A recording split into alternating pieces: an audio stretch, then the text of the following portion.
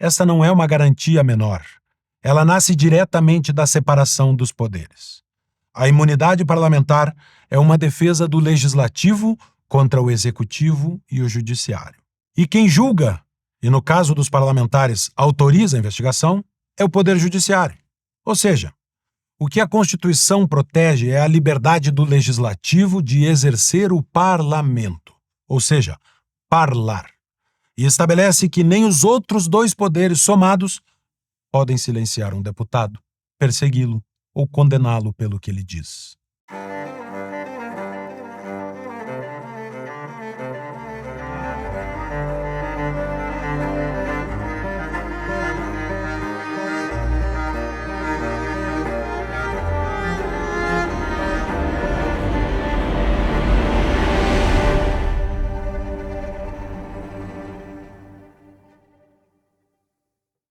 Diz o artigo 53 da Constituição brasileira: os deputados e senadores são invioláveis, civil e penalmente, por quaisquer de suas opiniões, palavras e votos.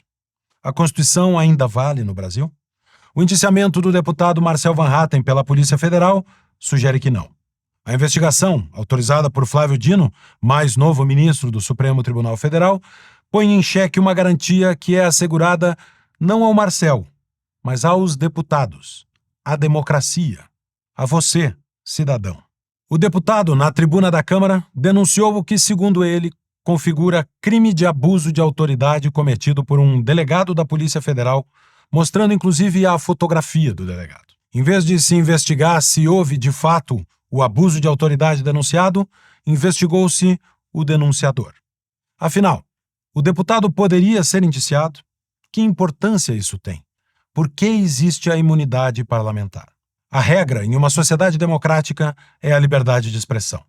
A Constituição Federal de 88 é clara ao dizer em seu artigo 5º, inciso 9, que é livre a expressão da atividade intelectual, artística, científica e de comunicação, independentemente de censura ou licença. A regra é, portanto, que cada pessoa possa exprimir seu pensamento, seja religioso, seja científico, seja futebolístico, seja da natureza que for. Mas é verdade. Essa liberdade não é absoluta no Brasil. Quando eu ou você cometemos crimes contra a honra, por exemplo, como calúnia, injúria ou difamação, podemos ser punidos pelo mero uso de palavras. A liberdade com responsabilidade, ou seja, o Estado não regula o que pode ou não ser dito. Ele pune o que foi dito quando representa um crime. A Constituição, no entanto, criou uma exceção para a responsabilidade pelo uso de palavras.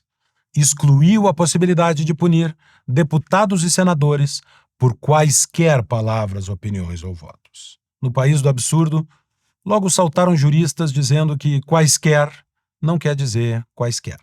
Que é preciso, aqui também, interpretar a Constituição. Que não há direito absoluto, que a liberdade de expressão também encontra limites. Sim, é verdade. A liberdade de expressão tem limites. Essa é a regra óbvia do direito brasileiro. Se não fosse assim, não existiriam os crimes de calúnia, injúria e difamação. Esta regra vale para todos, menos para os integrantes do Congresso Nacional. Lá, a liberdade de expressão é absoluta, sim. É o que está escrito na Constituição. Basta ler o artigo 53. Está lá, com todas as letras, com direito a uma emenda constitucional que acrescentou a palavra quaisquer. O texto original dizia: os deputados e senadores são invioláveis civil e penalmente por suas opiniões, palavras e votos. E a emenda constitucional 35, há mais de 20 anos, acrescentou quaisquer. Quaisquer de suas opiniões, palavras e votos.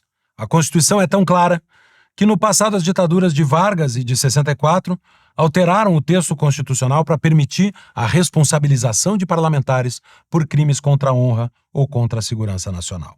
Quando a interpretação literal da norma é suficiente, cessa a necessidade de nova interpretação. Temo que interpretar essa norma signifique apenas um subterfúgio para descumpri-la. Não precisa sequer ser um subterfúgio elegante, travestido de grande sabedoria jurídica. Pode até ser algo esdrúxulo mesmo, como essa fala de Toffoli. Nós podemos entender que aquilo que aquele policial fez em São Paulo, na ponte, que desde ontem está sendo repetido nas televisões brasileiras, nos telejornais, é uma liberdade de expressão? Se nós levarmos a liberdade de expressão ao absoluto, ele estaria protegido pela liberdade de expressão. A liberdade de expressão abarca qualquer expressão? O marido que bate na mulher dentro de casa? Confundir crimes cometidos com violência ou grave ameaça com crimes contra a honra cometidos com palavras é impressionante. Tão impressionante que não parece mero engano. Lewandowski, com quem Dino trocou há pouco de cadeiras, também saiu sustentando que não há liberdade plena na tribuna. A liberdade de expressão não é absoluta. Não. Para mim e para você não é. Mas para os deputados e senadores é.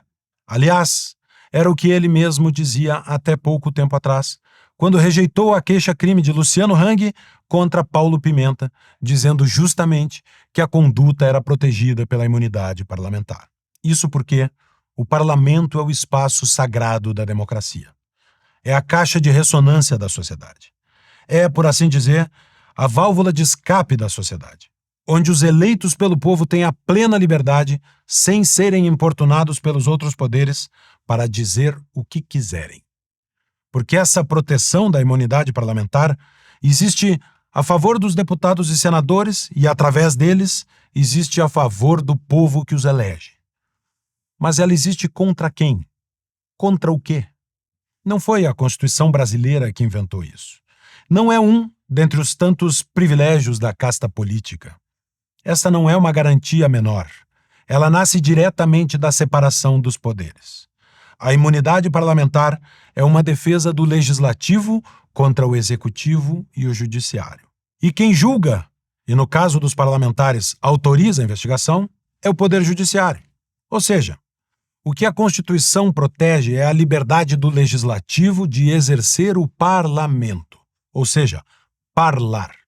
E estabelece que nem os outros dois poderes somados podem silenciar um deputado, persegui-lo ou condená-lo pelo que ele diz.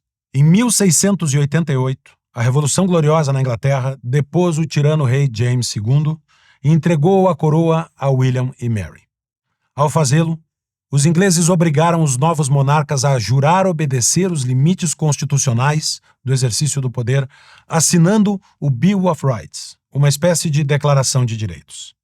Lá constava, entre outras tantas cláusulas, que a liberdade de expressão e de debates ou procedimentos no parlamento não deve ser impedida ou questionada em qualquer corte ou qualquer lugar fora do parlamento.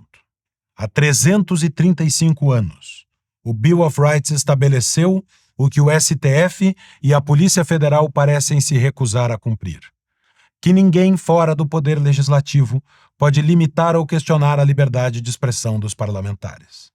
E estabeleceu isso, justamente porque o cerceamento da livre expressão dos parlamentares é instrumento de tiranias e ditaduras. A decisão constitucional brasileira, assim como a do Bill of Rights, foi a de não equipar os demais poderes com as ferramentas para limitar o Congresso. Hoje, crimes contra a honra. Amanhã, desinformação ou fake news.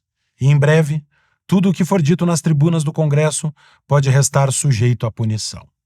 Os caminhos para a perseguição política estarão pavimentados. Se hoje se interpreta algo tão literal como são invioláveis civil e penalmente por quaisquer de suas opiniões, palavras e votos, o que mais se pode interpretar?